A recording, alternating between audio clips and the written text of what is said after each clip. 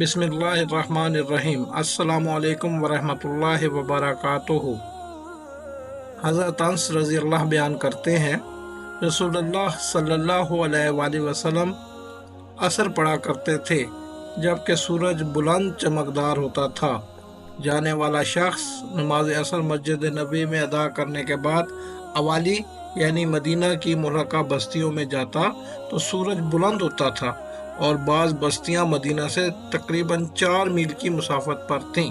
मिशकात मसाबी हदीस नंबर 592।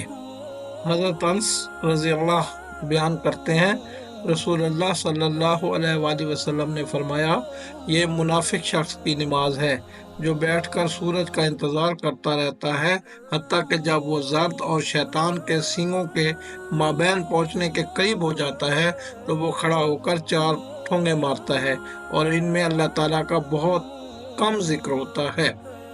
अल्लाह करीम हमें राह हिदायत अता फरमाए, हमें आसानियाँ अता फरमाए और आसानियाँ बांटने का शर्फ अता फरमाए। आमीन सुम्मा आमीन।